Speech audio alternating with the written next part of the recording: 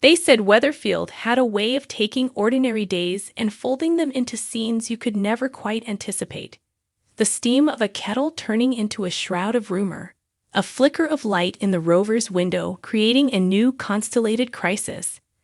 Becky MacDonald had always been the sort of woman who liked suddenness in small doses.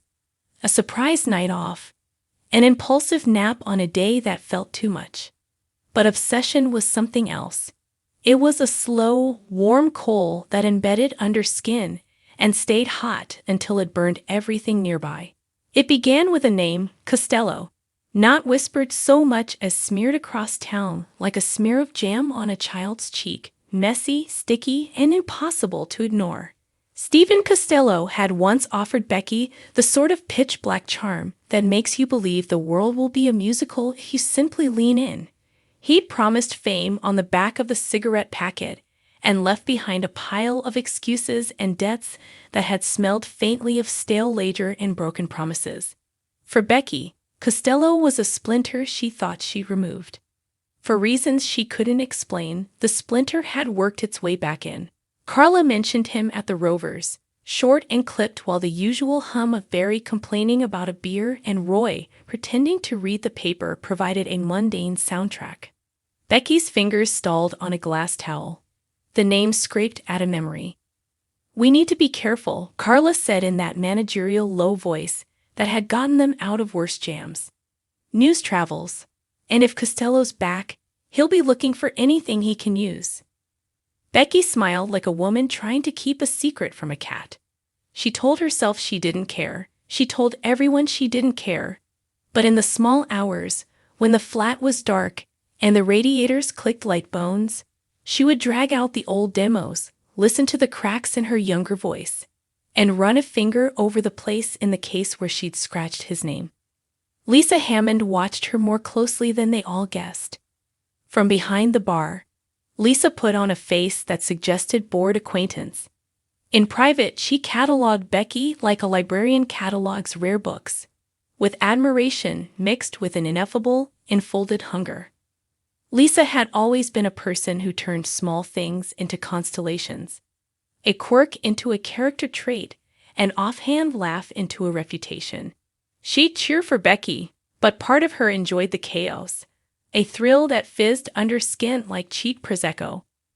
Word got around that Costello had been seen near the canal, that he'd been in the city for a few nights, that he'd gravitated to noisy bars with a particular hunger in his eyes. Becky's obsession flickered into life like a moth finding a flame. She began to believe she could reach across the years and elbow free what had been stolen. Not just the music but the version of herself she imagined in the glow of stage lights and applause. When they finally saw him, the effect was immediate and cinematic.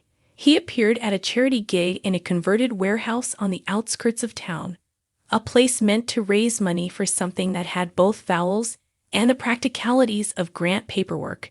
Becky had gone to sing, for reasons that were partly professional but mostly personal. The room smelled like cheap incense and cheap perfume. People clapped politely as if rehearsal for the rest of their lives. Costello leaned against a pillar, a silhouette that seemed to drink light. He was the kind of man whose charisma functioned like a physical force, not loud, but persuasive in a low frequency that made your bones tune differently. When Becky spotted him, recognition hit like a trajectory change. Her hands, which had been tucked calm over her guitar, shook. "Don't," Carla hissed, the whisper a scalpel. "He's trouble." Becky's jaw lifted. "I can handle it," she mouthed back. Handling Costello was like trying to stop the tide with a sandbag. He saw Becky, and for a second, something like nostalgia softened his expression. Or perhaps it was just the practiced mask he wore for profit. He approached with the easy swagger of someone who had always assumed the world would forgive, and that debts could be reshaped into invitations. "Rebecca," he said, a smile that suggested secrets. Her name out of his mouth felt like a match struck. Becky recovered, flirting with familiarity the way a trained performer slips into a role. They exchanged pleasantries that had 100 unspoken charges, accusations disguised as compliments, offers disguised as threats. Lisa watched from the bar, a hands on her hips silhouette, and felt a little internal praise nudge her ribs. She could see the way Becky lit up and the way it distracted the rest of them. Carla's attention twitched. Dev's conversation cut off mid-sentence. It was the small scene of human gravity that Lisa secretly rewarded herself for noticing.